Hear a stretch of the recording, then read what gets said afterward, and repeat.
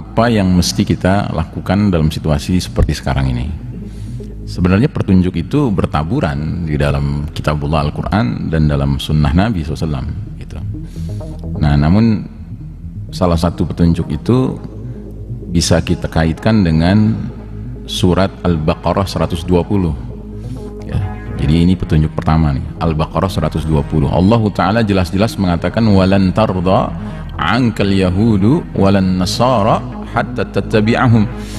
Sekali-kali kaum Yahudi dan Nasrani tidak akan rela kepadamu Muhammad dan kepada umatmu Muhammad sebelum kamu dan umatmu mengikuti millah mereka, mengikuti jalan hidup mereka.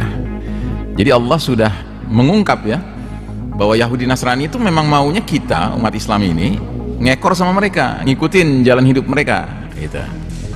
Tapi Allah kemudian di ayat yang sama melanjutkan mengatakan qul inna hudallahi huwal huda. Katakanlah sesungguhnya petunjuk Allah itulah petunjuk yang sebenarnya. Jadi kalau mau ikuti petunjuk Allah ikuti, bukan petunjuk Yahudi, bukan petunjuk Nasrani, bukan petunjuk Barat, bukan petunjuk WHO, ya kan? Tapi petunjuk Allah Subhanahu wa taala itu yang pantas diikuti. Bahkan di ujung ayat itu Allah makin keras lagi memberikan ultimatum, bahkan ancaman kepada kita yang mengaku beriman ini. Wala in ittaba'ta ahwa'ahum ba'dalladzi ja'aka minal ilm ma laka minallahi min waliyyin wala nasir.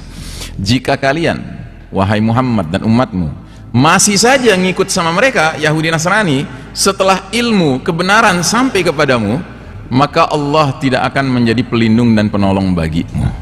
Begitu.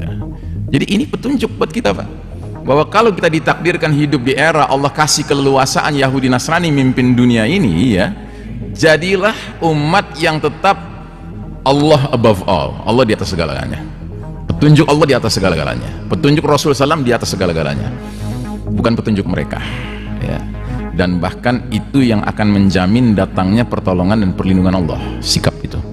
Jadi sikap yang memadukan di satu sisi wala, loyal kepada aturan-aturan Allah, petunjuk Allah, di lain sisi barok, berlepas diri dari arahan petunjuk Yahudi Nasrani. Itu yang akan menjadi kunci datangnya perlindungan dan pertolongan Allah. Tapi kalau kita ngakunya beriman, ngakunya dalam sholat ihdinas siratal mustaqim, ngakunya dalam sholat ghairil maghdubi alaihim waladdallin, jangan jadikan kami golongan yang kau murkai, yaitu Yahudi, jangan jadikan kami golongan yang kau sesatkan, yaitu seperti Nasrani.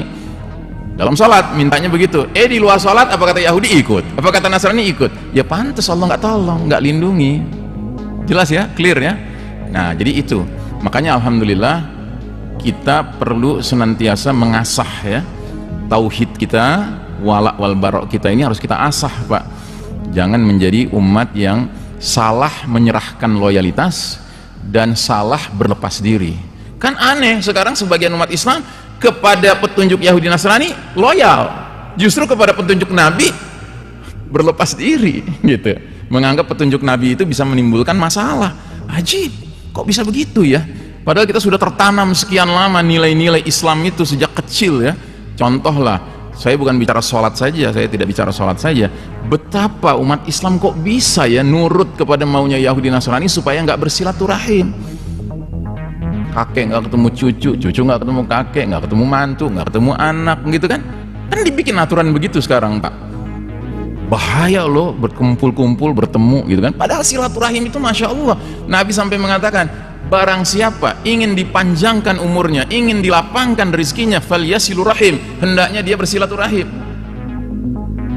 Tapi justru disangka silaturahim sekarang ini akan memperpendek umur, akan membuka kemungkinan mati gitu ya kan. Kan ini dibenturkan, Pak. Kok bisa-bisanya sih kita lebih percaya kepada yang baru datang baru-baru ini, sementara yang sudah lama kita dengar hadisnya bisa kita anggap ini kita barok dari hadis ini ya kan, sekarang kita pakai yang ini gitu. Yang ini padahal datangnya bukan dari Nabi, datangnya dari mereka ya. Nah itu yang mengerikannya di situ, Pak, bahwa sekarang ini kita diajak untuk salah berwala dan salah berbarok. Justru pada Allah dan Rasulnya barok ya, justru kepada Yahudi Nasrani wala. Kan aneh, kok bisa begitu ya. Mari kita jadi umat yang tauhidnya benar ya, dan tauhidnya benar berarti walanya Allah Rasul, dan baroknya siapa ya, al-kufar, al-musyrikin semuanya, nggak cuma Yahudi Nasrani juga ya, pokoknya musyrikin siapapun yang sesungguhnya nggak ada hujah-hujah petunjuk yang sumbernya dari Allah dan Rasulnya, dia menyampaikan kita dengan segala zukhrufil qawla ghurura, ya kan, ucapan-ucapan yang indah-indahnya, argumentasi yang kayaknya saintifik dan penuh dengan keilmuan gitu kan, tetap kita mengatakan sorry, Allah dan Rasulnya bagi saya di atas segala-galanya. Itu sikap mukmin gitu ya. Wallahu alam bisawab.